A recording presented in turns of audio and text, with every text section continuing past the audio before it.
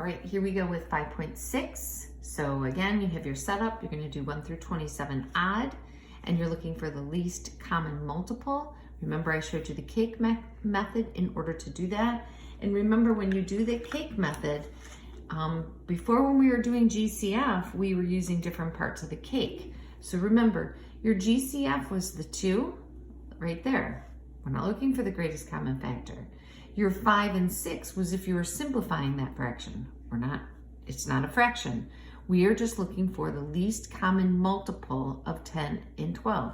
So in this case, you use everything and you multiply all of the numbers together to find your least common multiple is 60. Then you get down to doing your monomials with variables, and you do the same thing that we did when we cake method. The only difference is for LCM, you're using every single thing. The frosting on the side and the candles. Put them all together, and then you have your least common multiple right there. I like to box my answers in, easier to check when it's time.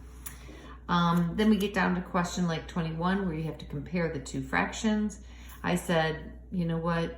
You could go ahead and change them into common denominators, or just make it easy on yourself and do this cross multiplying method. 5 times 7 is 35.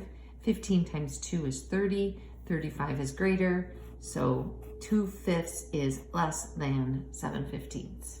And that's how you're going to do 5.6. Try to make it neat and organized. Look at how I'm using the blue lines to help. Using the blue line in order to make my fraction, not trying to cram a fraction in between the blue lines. It just gets too small. And when you write small, I have a tendency to think that you're trying to hide that you don't know what you're doing. Okay, so good luck.